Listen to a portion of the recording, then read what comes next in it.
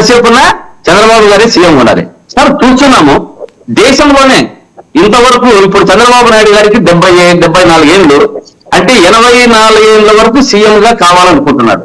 ఇంతవరకు దేశ చరిత్రలోనే అంత వయసులో ఉన్నటువంటి ఎక్కువ ఓల్డ్ ఏజ్ సీఎం గా ఈయన ఏమన్నా గిన్నీస్ బుక్ లో ఎక్కించాలని పవన్ కళ్యాణ్ గారి ఉద్దేశం ఏమో నాకు అర్థం కావడం లేదు. ఆ పద్ధతిలో పోతున్నారు అని అనుకుంటున్నా. ఇక్కడ లోకేష్ గారేమో యువతకు ప్రాధాన్యత ఇవ్వాలి, ఆయన సీఎం కావాలని అనే స్థాయిలో ఆయన పోతున్నారు. ఇక్కడ పవన్ కళ్యాణ్ గారు చూస్తే అతనికి సీఎం అయ్యే అవకాశాలే లేకుండా చేసేటట్టు కనపడతా ఉంది. ఇది మనం చూస్తున్నాం. 1999 నుంచి కూడా చంద్రబాబు గారు 10 ఏళ్ళు సీఎం గా ఉండాలని ప్రయత్నం చేస్తున్నా, నేను ఉంటాను అని అంటున్నారు. కానీ ఇప్పుడు చంద్రబాబు గారు చెప్పకుండా పవన్ కళ్యాణ్ గారితో చెప్పిస్తున్నారు. అంటే ఇక్కడ ఏమని అర్థమవుతా ఉందంటే ఈ నెరవేర్చని సూపర్ 6లు చంద్రబాబు గారు నెరవేర్చలేక నెరవేరని సూపర్ 12 పవన్ కళ్యాణ్ గారితో చెప్పినట్టు. అంటే ఇది పవన్ కళ్యాణ్ గారు ఎలా చంద్రబాబు గారు చెప్పిన సూపర్ 6లు ఎలా నెరవేరలేదో పవన్ కళ్యాణ్ గారు చెప్పిన సూపర్ 12 కూడా అలాగే నెరవేరదు అని ప్రజలంతా అభిప్రాయం. అంటే ఇటువంటి పరిస్థితుల్లో మనం అదే వచ్చిన హామీలను ఏమిస్తున్నాం, మనం ఏమి చేయలేకపోతున్నాం. దాని ముందు వదిలిపెట్టి ఆయన ఏదో 10 ఏళ్ళు 20 ఏళ్ళు ఉండాలని అనుకుంటారు. మీరు చేసుకుంటా పోండి, అది ప్రజల నిర్ణయం, ఈవీఎం నిర్ణయం కాదు. వీళ్ళు పోయినసారి ఏం చేశారంటే ఈవీఎం యొక్క నిర్ణయాన్ని దృష్టిలో పెట్టుకొని ప్రజల నిర్ణయం కాకుండా ఈవీఎంలు ఇచ్చినట్లు ఇప్పుడు ఈవీఎంలు నమ్ముకొనే చెప్పినట్టుంది వీళ్ళు. మనం కూడా అదే 2019లో 2019 కదా సార్ మన జరిగిన అదే ఆ పోయిన ఎలక్షన్స్ లో ఈవీఎంలు నమ్ముకొని ప్రభుత్వం లేకొచ్చారు. ఈవీఎంలు అవేవో తారుమారు చేశారు. ప్రజలను నమ్ముకొని చెప్పడం లేదు. ప్రజలను నమ్మినట్టు ప్రజలను నమ్ముకోండి. 10 ఏళ్ళు కాకుంటే 20 ఏళ్ళు వాళ్ళు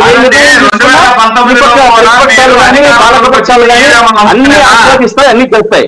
కానీ మీ యొక్క నిర్ణయాన్ని మీరుగా చెప్పద్దండి. కానీ పవన్ కళ్యాణ్ గారి మాటలకు అర్థాలు వేరు. నాకు తెలిసి ఆయన వచ్చే జమిలీ ఎలక్షన్ దృష్టిలో పెట్టుకుని ఒక అవహేళనగా ఒక పాచిక వేసినట్టున్నారు. దానికి అందరూ కూడా ఇదైతా ఉన్నారు. కానీ దీంట్లో వచ్చేది ఏమంటే మొత్తానికి మొదటిగా ఇక్కడ మనకు వచ్చింది ఏమంటే దీంట్లో అర్థం చేసుకునేది ఏమంటే ఎవరికి ప్రజలు పరేషాన్ లేరు, ఇంకొకరు ఎక్కువ లేరు. మన లోకేష్ బాబుకు హార్ట్ అటాక్ వచ్చే విధంగా మాట్లాడారు. పాపం చంద్రబాబు గారికి చిరకాల కోరిక తీరలేకుండా చేసేటట్టుగా మాట్లాడారు.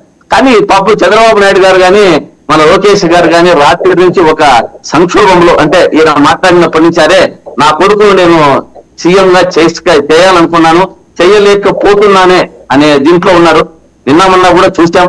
ఇంకా రాష్ట్ర ప్రజలందరినీ కూడా మనము సంపద సృష్టిస్తామని లాస్ట్ కు పల్లెల్లో ఉన్న ప్రజలను కూడా ఈ టోల్ గేట్లు టోల్ బూతులు ఇవన్నీ కూడా నిర్ణయించి ప్రతి ఒక్కరిని కూడా మనం ఆ రకంగా ముందుకు తీసుకొని పోయి పిండి చేస్తున్నారు. ఇవన్నీ సరే గానీ TDP social media activist Swathi Reddy గారి ట్వీట్ మీరు చూసే ఉంటారు. 60 రోజులు అసెంబ్లీకి రాకపోతే నెక్స్ట్ ఛాన్స్ రవీంద్రనాథ్ రెడ్డి గారికే అని. చూసారా?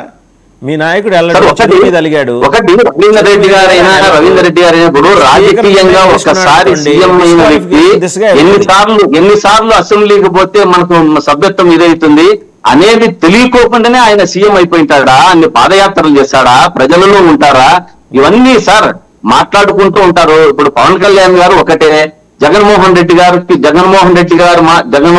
గారే పవన్ కళ్యాణ్ గారిని ఆ స్థాయికి తీసుకొచ్చి పెట్టేశారు. పవన్ కళ్యాణ్ గారిని మాట్లాడి ఆయన ఇప్పుడు రాష్ట్ర స్థాయి కాదు జాతీయ స్థాయిలో నాయకుడు అయిపోగలిగినాడంటే ఓన్లీ బికాస్ ఆఫ్ దీనికి జగన్మోహన్ రెడ్డి గారే కారణం. ఇప్పుడు కూడా మరియు కూడా వల్లే మా పవన్ కళ్యాణ్కి మంచి ఎలివేషన్ వచ్చింది, హీ బికేమ్ నేషనల్ లీడర్ అని ఒప్పేసుకున్నారు మీరు. అదే పవన్ కళ్యాణ్ గారికి వచ్చేసింది, ఆయన నేషనల్ లీడర్ అయిపోయారు. దాంట్లో ఏమాత్రమో మనం ఉన్నట్టుగా ఎప్పుడు మాట్లాడుకుంటాం. దీనికి కారణం జగన్మోహన్ రెడ్డి గారు. ఏం చెప్తున్నా, పవన్ కళ్యాణ్ గారు ఈ స్థాయికి రావడానికి పవన్ కళ్యాణ్ గారు జగన్మోహన్ రెడ్డి గారు వారి నోటి నుంచి పదే పదే పవన్ కళ్యాణ్ గారిని ఉచ్చరించి వారిని ఆ స్థాయికి తీసుకొచ్చారు అన్నది నిజము. ఏ డౌట్ లేదు అని చెప్తున్నారు. రైట్. మన మస్తాన్ గారి దగ్గరికి వెళ్దాం, పొలిటికల్ అనలిస్ట్. మస్తాన్ గారు, మీరు ఎలా విశ్లేషిస్తారు, ఎలా చూస్తారు? ఆయన ఆల్రెడీ నేషనల్ లీడర్, జాతీయ స్థాయి నాయకుడిగా ఎదిగారు. బహుశా ఒక రీజనల్ పార్టీ లీడర్ జాతీయ స్థాయి నాయకుడిగా ఎదగటం అనేది చరిత్ర సృష్టించటమే, ట్రెండ్ సృష్టించటమే. ఈ రకంగా ఆయన ఆ ట్రెండ్ కూడా సృష్టించారు. ఆయనకి ఇప్పుడు నేషనల్ లీడర్ స్టేటస్ ఆటోమేటిక్గా ప్రజలు ఇచ్చేశారు. మహారాష్ట్రలో ఎలా బ్రహ్మరథం పట్టారు చూశారు. ఆయన మాట్లాడిన తీరు కానీ 3 భాషల్లోనే మాట్లాడారు ఆయన మహారాష్ట్రలో. హిందీ, మరాఠీ, తెలుగులో కూడా మాట్లాడారు. తెలుగు ప్రజలు ఎక్కువ మంది ఉంటారు కాబట్టి ఆయన వెళ్ళిన నియోజకవర్గాలు నాందేడ్ పరిధిలో.